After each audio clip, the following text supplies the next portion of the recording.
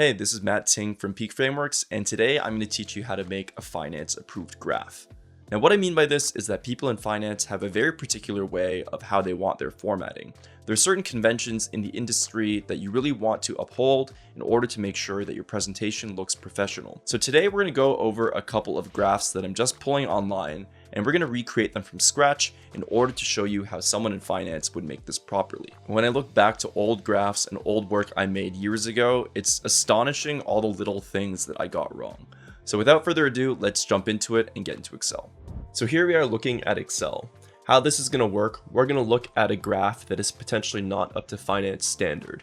We're then going to look at a graph that's actually in a professional investor presentation to point out exactly how it's better and how it adheres to the design principles. And finally, we're going to recreate this graph in Excel.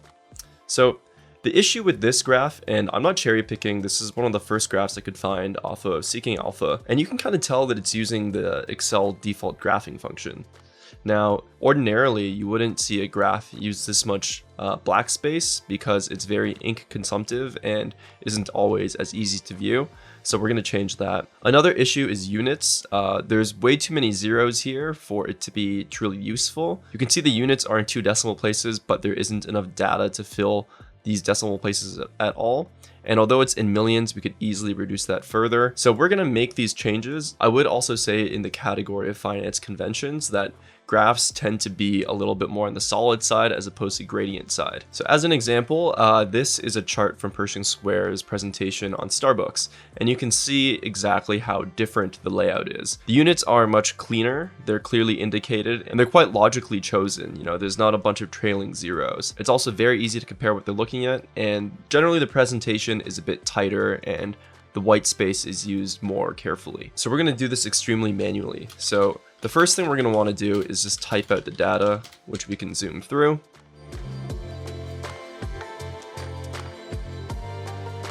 And you can see here, I'm probably going to want to present it as billions, not millions. Millions is a little bit too much. It's a lot harder to understand what 100,000 million is.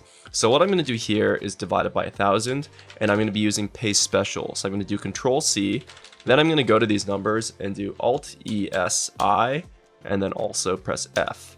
What this is going to do is divide all these numbers by 1,000. Additionally, whenever you're working in Excel, you're going to want to make sure that all data inputs are blue.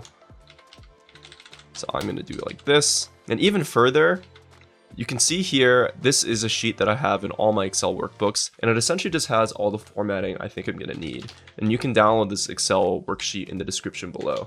But what I'm going to essentially do is paste it out here. And now not only is the graph going to be in the right format, the backup, the Excel backup is also going to be in the right format. And I'm going to reduce it by 1 decimal place. I think that's more than enough.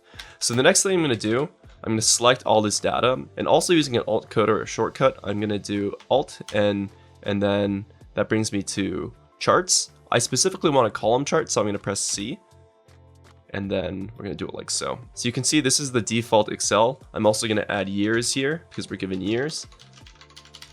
What I'm also going to do is add the letter A at the end of these numbers.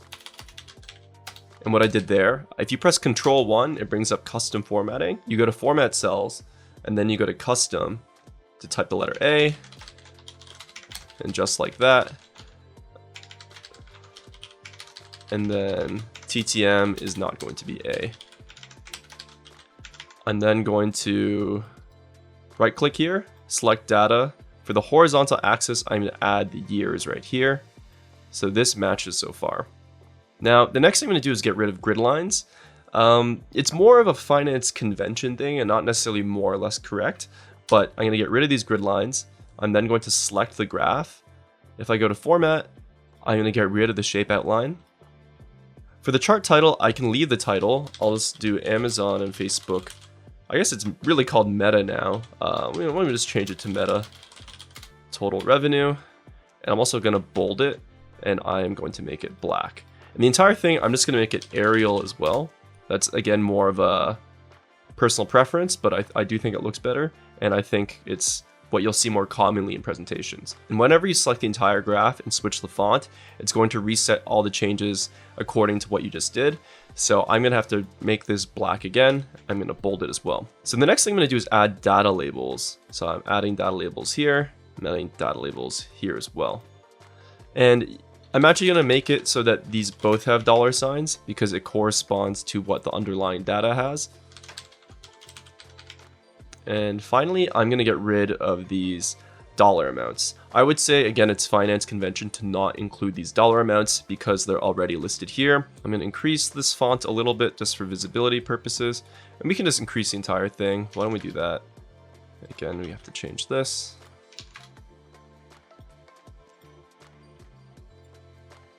And I'm gonna expand it out slightly as well.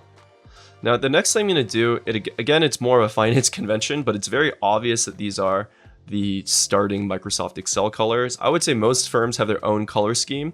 What I actually like to do, I also have my own color scheme. So if you are in Excel and you select a color, you can do Alt-HH to get to this bucket, press more colors, and then it's going to auto-populate whatever cell that you're currently hovering over. So then I can go here and go to recent colors. That's gonna make them all blue. Same with this. Why don't we use this as our red? It's actually right here. There we go. And I think this is a lot more visible. I'm gonna bold these as well. And the last thing I'm gonna do, I'm just gonna put billions in the title. I think that is the cleanest place to put it. We don't have to have anything off to the side. And you know, it's fundamentally displaying the same information, but in my opinion, this is just so much cleaner. It's a lot easier to quickly look and see Facebook has $94.4 billion in revenue in the last 12 months. And if we again compare this to a professional graph, we can see the difference. It's subtle when you kind of explain it, but there are substantial differences. So let's take a look at another example. So this again is another graph I just took from Seeking Alpha. It was one of the first things I saw, and it's not wrong. I want to get away from the idea that it's wrong. It definitely looks acceptable, but I would say that this doesn't follow the typical finance format. And it's good practice to sort of create it ourselves. So what I'm going to do is make a new header, just doing Control C and Control V.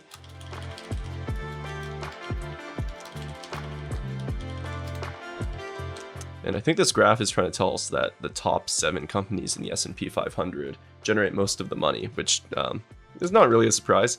So in this one, we're going to make a pie chart. So we're going to do top 7 companies and then remaining 493 companies. So when you make something like this, it's generally helpful to have the data in the column to the very right. See, one thing that is kind of confusing here is that there's 2 percentages, and I get that one of these percentages is return, but let's think if there's a more clever way to do this. But in any case, I'll do 10.8% here, and then we'll do 12.2%. Go to my formatting tab, copy and paste percent.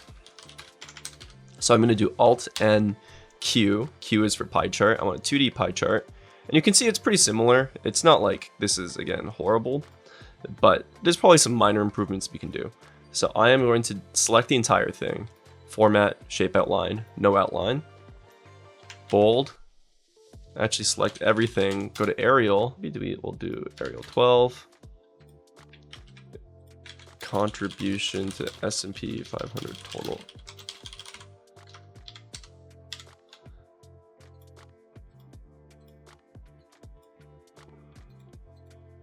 I think this pie chart itself is a little too big, so I'm just going to reduce this. Oops.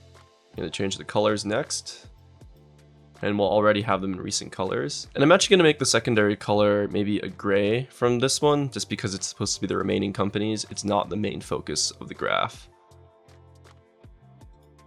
The main focus is the top 7, add data label. Now for something like this, rather than have an outside box, I'm just going to do it as such. 10.8%, and maybe I'll drag them slightly to recenter. So looking at this graph and thinking about it a bit more, I think it's more instructive to have the 47% or 53% number. We're not really focused on the S&P's return and what it created. I think what's more instructive is the contribution based off the header. So I think what we're going to do here, we're going to sum this up because I think that's what they did. We're going to divide this out. And then to make this column back the same size, I'm going to control and copy from column C and then I'm going to do Alt ESW, which is for widths, and then just paste over the format. You can see I've anchored the second cell, so it is indeed 47%, 53%. Now, just so you know, the way you would add this, it's actually easier if you just go to label options and click percentage. But I actually think it's better to just move the data over. Now we're gonna have to do this again quickly. That's just the way that it works, but you do have to just drag it around. I think maybe we can increase the size of this because there's only a little bit of text here. Now again, I wouldn't say that this graph on the right is necessarily wrong, but a lot of the finance conventions that you'll see will sort of support the graph on the left. We generally don't want outlines, we don't want default Microsoft colors, and we don't want these kind of floating text box. This is another activist investor presentation from Starboard Value, and you can see in this pie chart, it's much more similar to the rules that we followed. So it's much more about conventions as opposed to being sort of right or wrong. And I would recommend you look at these hedge fund presentations if you need an example for what constitutes good formatting. So I hope this was a helpful and quick tutorial for you. I do want to remind you that we are now finally on Instagram, so if you don't mind giving us a follow, that would be very much appreciated. Let me know if you want more Excel-based tutorials, and I'll see you in the next video.